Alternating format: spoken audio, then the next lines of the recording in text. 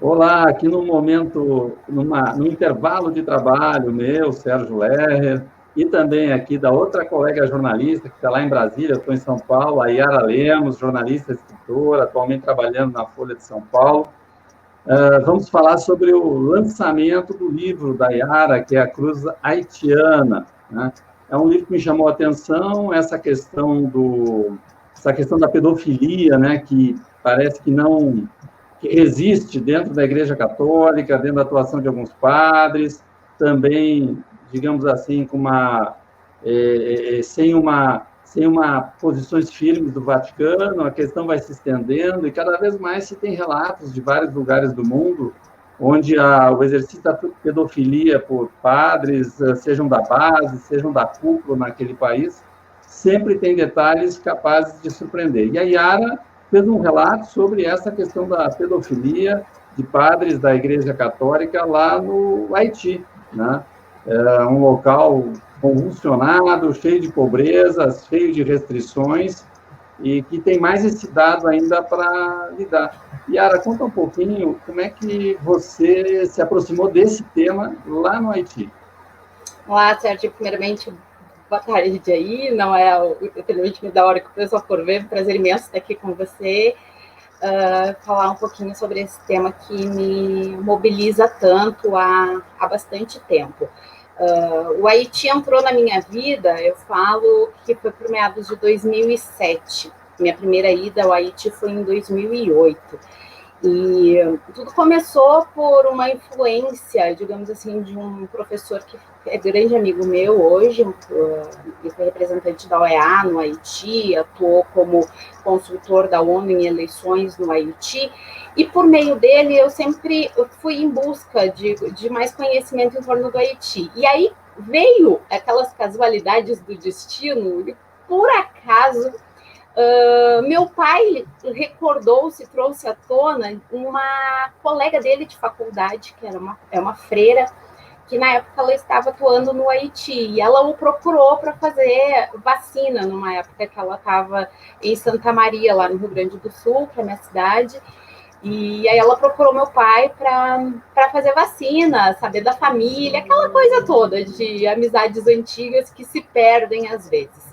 Meu pai traz esse assunto em casa, num almoço, e desde então eu pisquei meu olho. Quem são essas freiras que estão no Haiti? Tudo começou por aí. Na época eu estava no grupo RBS, não é Jornal Zero Hora, e aí eu fui pela primeira vez ao Haiti, para o interior do país, onde eu fiquei 2 semanas, e essas freiras me abrigaram. Foi um trabalho incrível, conhecer o trabalho delas foi uma coisa impressionante, foi ali que tudo começou. Meu primeiro contato com crianças escravas, que são as Restavex no Haiti. O Haiti tem uma cultura de escravização de crianças muito fortes, é o país no mundo que mais escraviza suas crianças. São entre 250 mil e 300 mil crianças, segundo os dados do Unicef, escravizadas no país. Então, meu primeiro contato com a escravização de crianças se deu por ali, e diante disso começou também esse contato em torno da violência sexual. Por quê? As crianças Restavex, elas são usadas para os trabalhos domésticos e para os trabalhos sexuais no Haiti. Essa cultura do povo traz isso de uma forma muito intensa. Só que, para além disso, o Haiti, como você falou logo no nosso começo da conversa, é um país que vive uma debilidade social muito grande. Então, ele não tem condições, o Estado haitiano não tem condições de oferecer para a população itens que seriam de obrigação dele, como a saúde e educação, por exemplo. Aí muitas pessoas podem pensar assim, poxa, mas no Brasil também não se oferece, mas o nível haitiano em relação ao Brasil é muito diferente. Então, a própria Constituição haitiana, ela traz isso explícito de que a educação, na maior parte, ela está destinada às igrejas. E a Igreja Católica cresceu e se desenvolveu muito no país em virtude disso. Foi lá, nesse primeiro contato com as freiras, conhecendo esse trabalho incrível que elas desenvolvem, e eu procuro deixar isso sempre muito claro, que chegaram as primeiras denúncias. A aquela coisa que chega muito para jornalista de uma forma incipiente, do tipo, ah, tem um padre lá que namora fulano. Como assim um padre que namora? Ah, não, aqui no Haiti eles deixam. Ah, mas aquele padre que trabalha na cidade tal, ele veio parar no Haiti por conta que casos de pedofilia. E quem é que, afinal de contas, vai procurar um padre no Haiti? Eu me lembro que eu saí com aquilo, aquela pulga atrás da orelha, sabe? E durante os anos que se seguiram, eu procurei avançar nas pesquisas em relação a isso. E foi extremamente difícil. Primeiro, porque a justiça haitiana nunca condenou nenhum religioso, e aí eu não falo só dos religiosos da Igreja Católica, embora sejam os que eu me detenha no livro, mas em todos os contextos, eles nunca fizeram nenhum tipo de denúncia. Há casos que eu trago aqui no livro, Sérgio, de mandados de prisão, esses que chegaram a ser expedidos e a Igreja Católica, a Justiça haitiana não cumpriu, porque o Estado depende da Igreja. Eles têm uma relação de dependência muito grande e eles temem, e a população como um todo teme, que se eles denunciarem, se eles trouxerem isso à tona, eles vão perder o apoio que eles têm, que já é pouco, mas é necessário. E diante disso se gira uma engrenagem de impunidades e de proteção a criminosos impressionante. Ao longo desses últimos anos, eu passei boa parte do meu tempo livre em cima disso, sabe? Dessas pesquisas e da busca de documentação que eu fui encontrar junto com a Justiça do Canadá, dos Estados Unidos.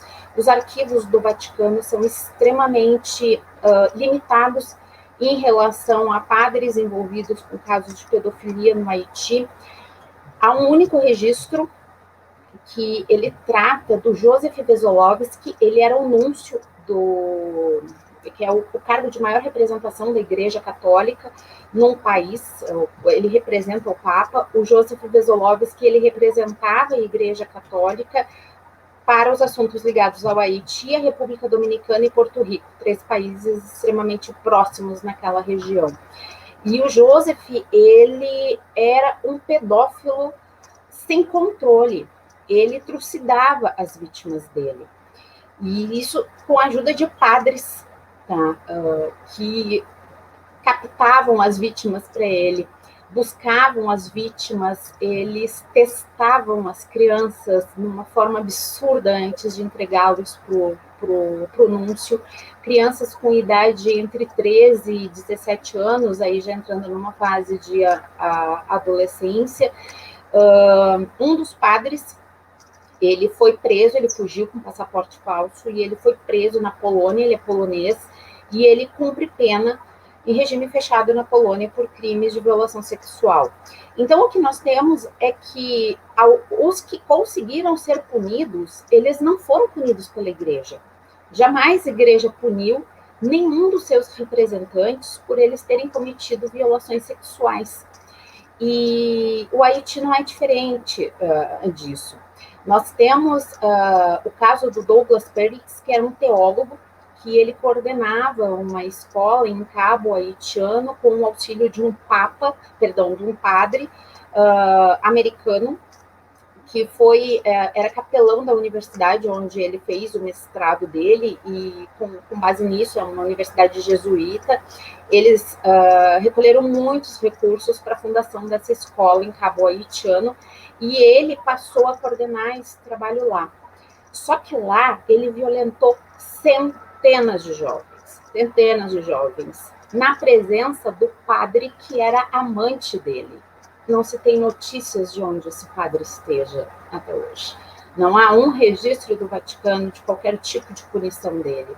O Douglas Perix foi condenado pela justiça norte-americana, e o que nós temos de que possa dizer assim, mas a igreja, que é uma coisa que as pessoas me questionam muito, o que a igreja diz? A igreja é extremamente omissa em todos os sentidos em relação a isso, porque o que não é visto não é lembrado, e a igreja tenta pregar essa situação. A igreja se manifesta pelos autos quando isso é tornado público. Então, nós temos essa grande dificuldade. A igreja pagou uma indenização em junho do ano passado, em junho de 2019, de 60 milhões de dólares para um grupo de 113 jovens haitianos que foram violentados pelo Douglas Perks na presença do padre. Quando a igreja aceita pagar uma quantia tão virtuosa quanto essa, é sinal de que já está aceitando a sua culpa no sistema, nessa engrenagem toda que ela é gerada.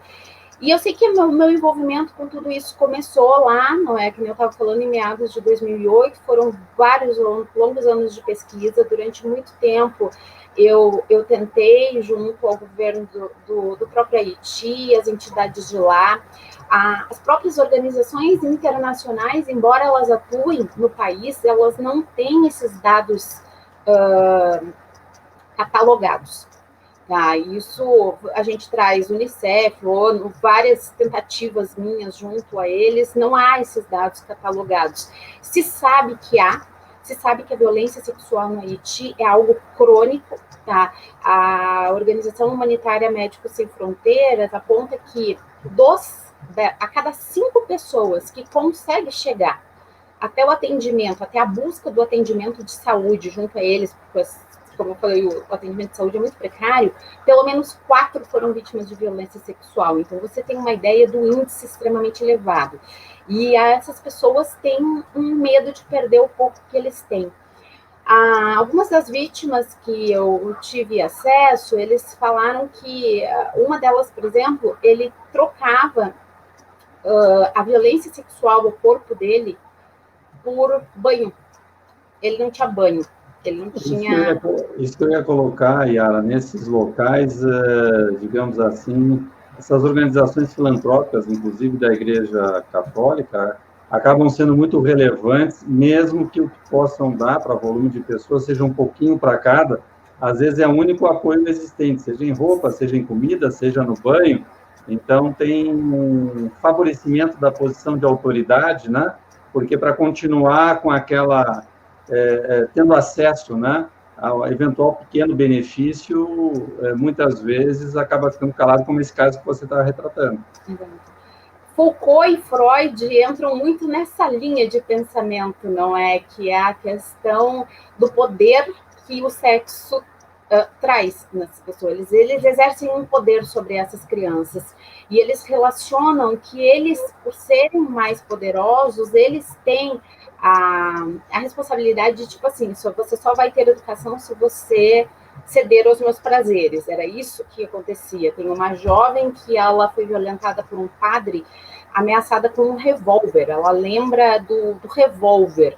Ela sequer sabia que ela estava grávida quando ela soube que estava grávida. Ela não tinha noção disso. Ela não sabia o que estava acontecendo com o corpo dela.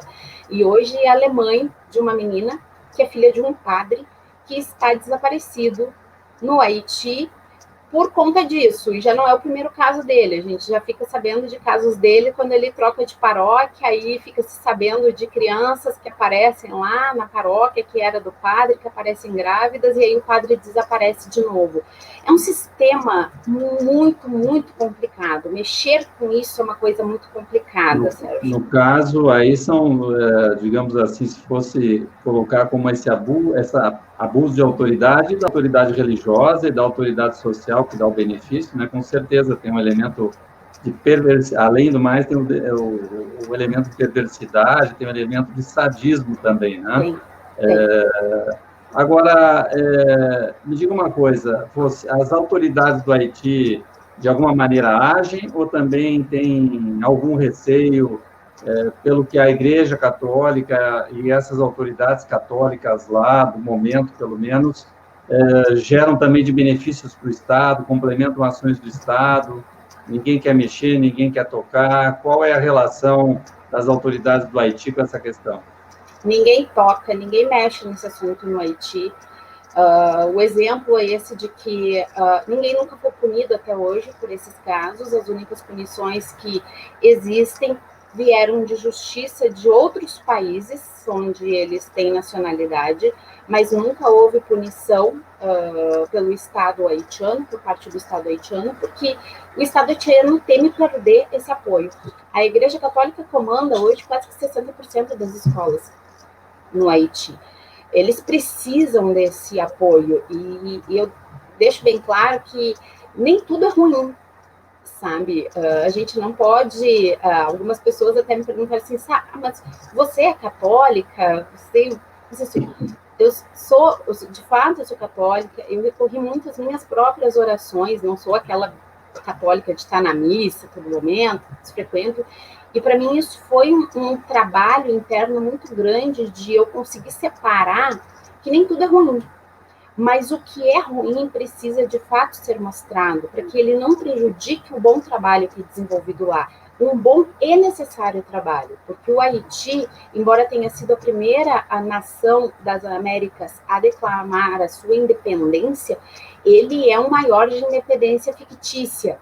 Ele nunca conseguiu, de fato, ser um independente, um país que andasse com as suas próprias pernas. O próprio colapso político institucional que é instalado constantemente no Haiti é a prova disso.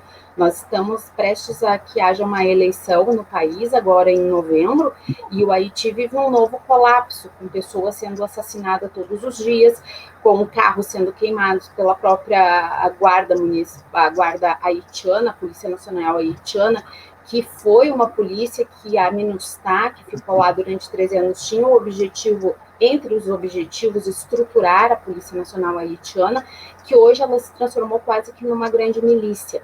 Então, nós temos toda essa fragilidade estrutural na sociedade haitiana que faz com que as autoridades se neguem a ver isso.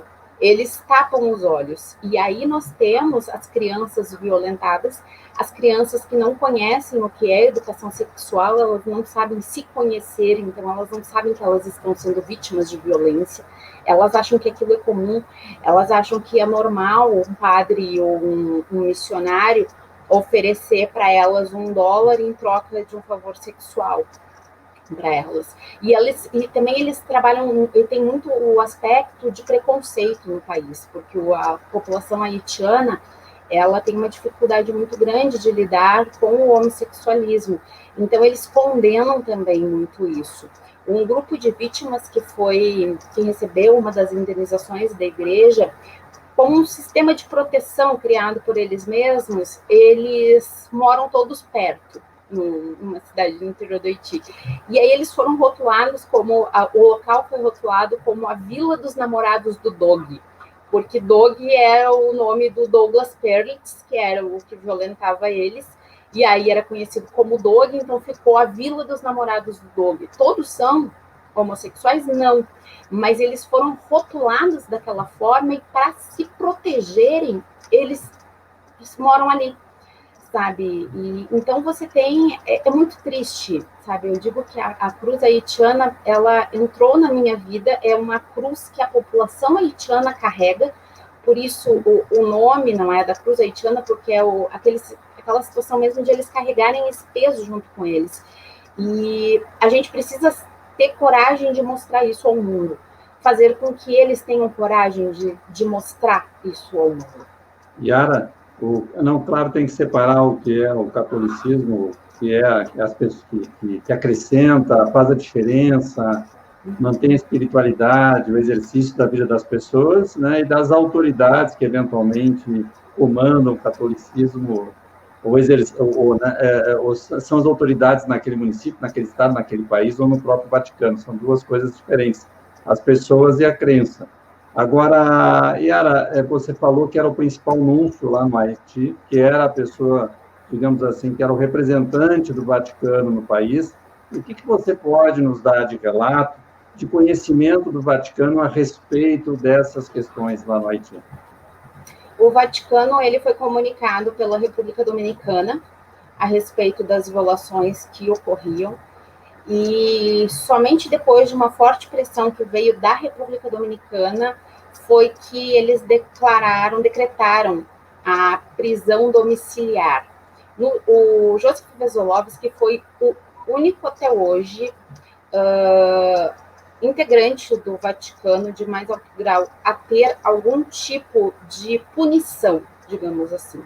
Ele teve uma prisão domiciliar decretada no Vaticano, no qual ele não cumpria. Ele foi encontrado nas ruas do Vaticano, caminhando de forma normal. E quando isso ocorreu, a justiça do Vaticano, o sistema deles, determinou que fosse marcado o julgamento dele. Ele não chegou a ser julgado, ele foi encontrado morto no quarto dele. E, Yara, a gente tem esse caso do Haiti, que você fala na questão da impunidade, né? Mas, porém, vários processos, principalmente na chamada não América do Norte, nas Américas, né? Dificilmente eles têm andamento, né? Nós tivemos, nós somos ambos do Rio Grande do Sul, né? E houve vários relatos no Rio Grande do Sul durante muitos anos, até o próprio jornal onde você atua, a Folha, alguns anos atrás fez uma matéria sobre questões de pedofilia, né, em igrejas do interior de pequenos municípios gaúchos, onde quase sempre era padre, casualmente, de origem polonesa, né, ou de origem italiana. Praticamente essas duas descendências dominavam nesses padres. E vários casos que, muita dificuldade, os relatos não foram levados à frente, ou então, quando denunciados em delegacia, não viraram em processo. Isso em municípios gaúchos, né?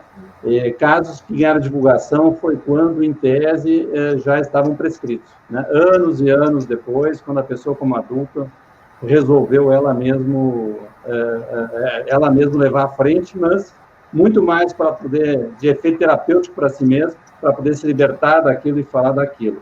E a gente teve também esse caso, foi recém no ano passado, né? Primeira condenação depois de vários anos de denúncia de abuso, de pedofilia contra crianças surdas-mudas, né, nos institutos Próvolos, lá da Argentina, né? Com várias denúncias, várias queixas na delegacia, e finalmente encontraram um promotor que resolveu levar a fundo, levar até o fim, e conseguiu uma primeira condenação em primeira instância na justiça, né? Então, assim, e nesse caso do Provo, com farta documentação de denúncias por papas anteriores e para o Papa atual também, sendo que o deslocamento de alguns padres, tanto aqui no Brasil, no interior do Rio Grande do Sul, mudança de paróquia, ou lá na Argentina também, seja com papas anteriores ou com esse Papa também, quando houve a denúncia, não havia nenhum procedimento, havia o deslocamento de padre de uma paróquia para outra, mais distante, e eventualmente, né, digamos assim, uma exposição menor desse padre, né? Como você entende essa posição do Vaticano, até mesmo no caso, né, hoje nós temos o Papa anterior era considerado um Papa muito doutrinário, né, e ao mesmo tempo era um Papa pouco carismático, é um Papa considerado erudito, mas de zero carisma e muitas vezes, digamos assim, pouco humanista, digamos, né? E esse Papa atual vem sendo reverenciado por muitas correntes, né? Sempre também querendo, de alguma maneira, aproximar, fazer o bem da sociedade, da religião, que também nada contra, né? Mas, assim, não se vê nenhuma atitude real, sustentável do ponto de vista jurídico, né, de punição ou providências. Você tem alguma leitura, uma interpretação a respeito desse contexto? Não é favorável para a igreja abrir e tornar público seus crimes. Trazendo para o meu estudo específico desse momento, que é o Haiti, as tentativas de algumas pessoas de tornarem essas denúncias mais amplas foram coagidas, foram alvo de ameaças. Eu tenho o Cyril Seibert, que ele é um jornalista haitiano, que é uma pessoa me aproximei muito dele ao longo dessas pesquisas, esses últimos anos. O Cyril, ele vive como refugiado fora do país porque ele foi ameaçado de morte, porque ele começou a fazer denúncias de padres, de religiosos que violentavam pessoas na região norte do Haiti, mais para o norte do Haiti. E o Cyrus nunca desistiu disso. Hoje mesmo, um pouco antes dessa nossa conversa, eu fui alvo de ataques de 2 haitianos por meio do Facebook, e até fiquei em dúvida, até falei com o Cyrus, o que a gente faz, eu bloqueio, o Cyrus diz assim para mim, Yara, nós vamos passar sobre isso, você vai sentir o que é isso no Haiti. Então, as pessoas mesmo me dizem que quando eu retornar ao Haiti, que eu quero, se Deus quiser, ir no início do ano que vem, não é? No início do ano que vem, que eu não chegue sozinha, porque é uma situação muito complicada. Mas, focando especificamente na tua pergunta, a igreja, ela não tem esse interesse de falar. A igreja quer abafar. Quanto mais você não falar, melhor é, sabe? É isso que acontece. Para escrever o meu livro, para ter parte de alguns acessos, até mesmo a vítimas, eu contei muito com o apoio de um advogado que é uma celebridade mundial quando o assunto é relacionado à pedofilia envolvendo religiosos da Igreja Católica, que é o Mithiam Garabedian. Ele é norte-americano, ficou mundialmente conhecido depois do filme Spotlight, que venceu o Oscar, porque ele foi representado no filme.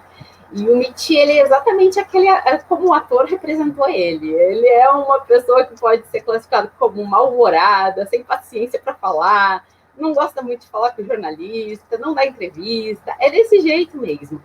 Mas a dificuldade que eu tive até ter essa porta com ele aberta, depois se mostrou de um respeito extremo, porque eu vi que tudo que ele faz é pela preservação das pessoas que confiam nele.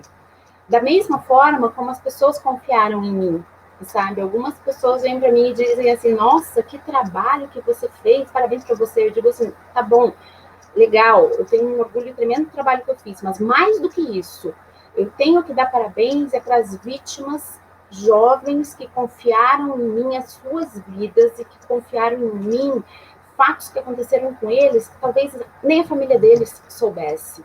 Você conseguir que uma vítima de violência sexual fale para você o que ela passou dentro de uma igreja é alguma coisa absurda. Isso me fez refletir muito sobre a minha situação de vida mesmo, com tudo que a gente passa, sabe? E o Mithiam, ele tem uma situação muito clara com relação a isso. Ele acha que isso acontece em todos os lugares. Acontece no Brasil, acontece na Argentina, acontece no Chile, acontece em todos os lugares. Mas entre você ter um relato en passant que aconteceu e você ter documentos e você ter provas do que aconteceu, é uma caminhada muito dura, é uma caminhada muito longa. Eu demorei 10 anos de pesquisa nesse livro, sabe? Não foi um livro que eu escrevi da noite para o dia e que ele surgiu, agora vem, entendeu? Não é assim que se e faz vezes, um trabalho desse tamanho. Yara, né, que eu acredito que seja o seu caso, nesse seu relato, é que você vai para o país para fazer uma cobertura, você vai para fazer, né, uma matéria, acompanhar uma determinada situação e contexto, e aí as situações que você vai recebendo informação e que você tem os relatos, gritam na sua frente a tal ponto que você é chamado, né, para a própria consciência, a tua formação, comprometimento, para, de alguma maneira, ir adiante naquele material e organizar, né? Uma quantidade muito grande de pessoas, quando vem essas situações, elas deixam passar de lado, né? Ficam restritas às suas obrigações, porque foram fazer coberturas de outros motivos. No entanto, você se envolveu nesse ponto, né, que acaba você mesmo participando da quebra, digamos assim, dessa corrente de acobertamento, que é uma corrente de repressão de informação, repressão social, repressão religiosa, né, repressão cultural e repressão política, né? Mas que, quando quebrada, ela, às vezes, acaba conduzindo para uma possibilidade de transformação. Não quer dizer que transforme, né? Mas quer dizer que talvez iniba. E inibir um pouco já é algo, né? Inibir alguma coisa já é muita coisa, né? Com certeza, ainda mais nessa situação, não é? Você sabe que quando eu estava terminando o livro, o Marcos Linhares, que é o meu agente literário, foi a pessoa que nunca deixou de existir ali, porque eu entrava em crises, eu tive muito problema com depressão durante esse período, porque foi muito difícil psicologicamente absorver tudo isso, sabe? Eu sonhava muito com as vítimas, eu tinha... E aí chegou uma época que o meu telefone tocava enlouquecidamente, porque eles começavam a me ligar, naquele sentido de acreditar que eu pudesse ser a solução para os problemas deles, entendeu? E era uma coisa que eu sempre deixei muito claro para eles, eu não tenho como solucionar a dor de vocês, eu jamais vou... A expectativa se eleva, né? Exato. E eu também não sei se algum dia eu vou ser a responsável por auxiliar em alguma punição, mas eu estou trazendo o que eu posso, entendeu? O que eu puder fazer em torno dessas pessoas. E aí o Marcos me dizia muito assim, vamos começar já a procurar, vamos ver o que a gente consegue. E alguns dos retornos que nós tivemos, e isso ficou muito marcado em mim, veio de uma editora que disse assim para ele: quem é que vai se preocupar com o Haiti? Quem é que vai querer comprar um livro sobre o Haiti? Um país de pretos e pobres. Eu jamais vou esquecer isso. Porque eu me preocupo com o Haiti.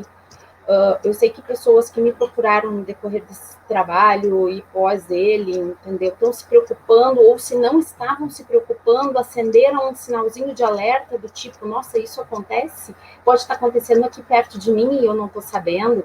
Então, para além do Haiti, é um trabalho que ele envolve uma série de outras questões. Você sabe, Sérgio, que nesse período, o livro foi lançado no último dia 19. Nós não temos nem um mês de lançamento ainda. No meio de uma pandemia, essa coisa toda não é que não tem mais aquelas sessões de autógrafos, então é tudo uma adaptação.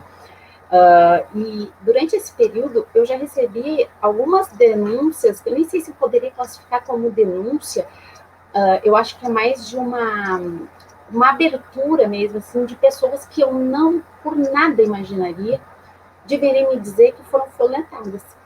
Teve um rapaz que chegou para mim e disse assim, eu fui violentado por um padre dentro da igreja em Ceilândia. Ceilândia é uma região aqui de Brasília.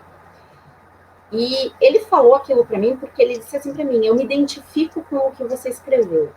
Mas entre eu dizer assim, eu me identifico com o que você escreveu, é difícil de você deduzir o que é, não é? O que é essa identificação? E aí ele vem e diz, porque eu fui violentado. Sabe, eu me sinto uma privilegiada de ter essas pessoas confiando em mim, porque eu sei que o que aconteceu com ele pode ter acontecido com outros, e isso é um novelo que só vai aumentar, sabe? Essas pessoas conseguirem acreditar que é possível, que a força delas em falar pode reduzir isso, entendeu? Nós já estamos num bom caminho. Não é uma coisa que a vítima tenha que se envergonhar, a vítima tem que ter coragem de falar, de buscar apoio, de ir até aquelas situações assim, eu também fui vítima, eu não quero que outra criança seja, então, se eu falar, essa criança vai saber como se proteger, os pais vão saber. E o Mitch fala muito isso, o Mitch Angarabadian, né? Ele diz assim, que ele foi o que ajudou a desvendar os casos lá em Boston, né, no interior dos Estados Unidos, o caso Spotlight.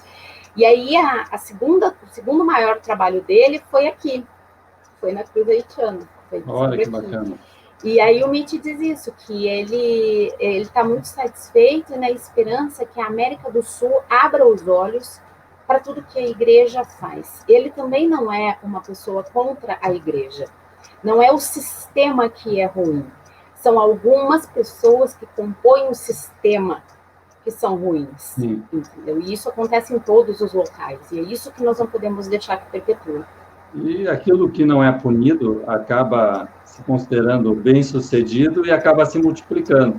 Claro. Né? Encontra no silêncio alheio o espaço fértil de multiplicação, reprodução, e como também, né, esses padres muitas vezes estão no local, vão para outro, acabam também sendo, sem essa exposição que possa os inibir, acabam sendo até agentes de formação de outros padres, né, que estão em volta. Como você falou, lá tem o padre que é o líder, digamos, né, da pedofilia, e tem os padres auxiliares, que são os coletores, que são indicadores, que fazem o filtro, né? E esse que hoje é um indicador, faz o filtro, amanhã ele é o padre principal, né? Vai ter uma ascensão dentro disso, até pelo que eu vi lá no Instituto Próvulo, que eu coletei de informações e pude acompanhar. Então, realmente, a gente está reproduzindo, é um circuito, se não for expor, punir é uma parte, mas expor, espero que a gente esteja contribuindo também, gravando aqui, com isso, expor já é uma maneira de você inibir e impedir, digamos, impedir não, mas pelo menos reduzir a propagação. E levantar a semente de pensar de outra maneira, as pessoas terem uma outra atitude, quem está lá próximo desses locais possa também ajudar a propagar. Muito obrigado, Yara. Aqui, eu estou deixando exposto e também vou deixar no link aqui de onde você estiver assistindo, seja qualquer chat que for, o link onde pode ser adquirido o livro A Cruz Haitiana. Como, né, vai estar aqui no chat, mas se você entrar nesse site, escritoresbrasileiros.com.br, e digitar o nome da Yara, né, digitar o nome do livro, A Cruz Haitiana, você vai chegar a esse link aqui, ok? Então, aí que você pode comprar, adquirir o livro e receber rapidamente, já adquiri o meu. Estou aqui na espera para poder ler inteiro, aí depois vou novamente incomodar a Yara com algumas perguntas aí, mas aí pelo WhatsApp. Yara, incomodar nada, Sérgio, é um prazer. Prazer é meu te conhecer aqui, conterrâneo, descobrimos agora, né? Muito, muito obrigado mesmo pela dedicação e esse tempo aí, a essa narrativa, esse relato, que é fundamental. Obrigada, Sérgio. No link, tem no livro, para quem for adquirir, tem ali todos os meus contatos, todos os meus endereços. Eu tenho mantido muito contato com os leitores, aí, com as pessoas que me procuram, porque é um assunto extremamente necessário de nós falarmos, entendeu? Acho que é uma cruz de todos nós e que todos nós precisamos expô-la e trazer para a sociedade aí para poder solucionar isso. Boa ideia dessa de deixar os contatos, porque ajuda essa propagação, né? Forma uma rede de interessados nesse assunto. Exatamente. E só com a força nós vamos conseguir mudar essa realidade, pode ter certeza disso, não é? Sérgio, prazer imenso. Obrigada a todos. Obrigado, Yara.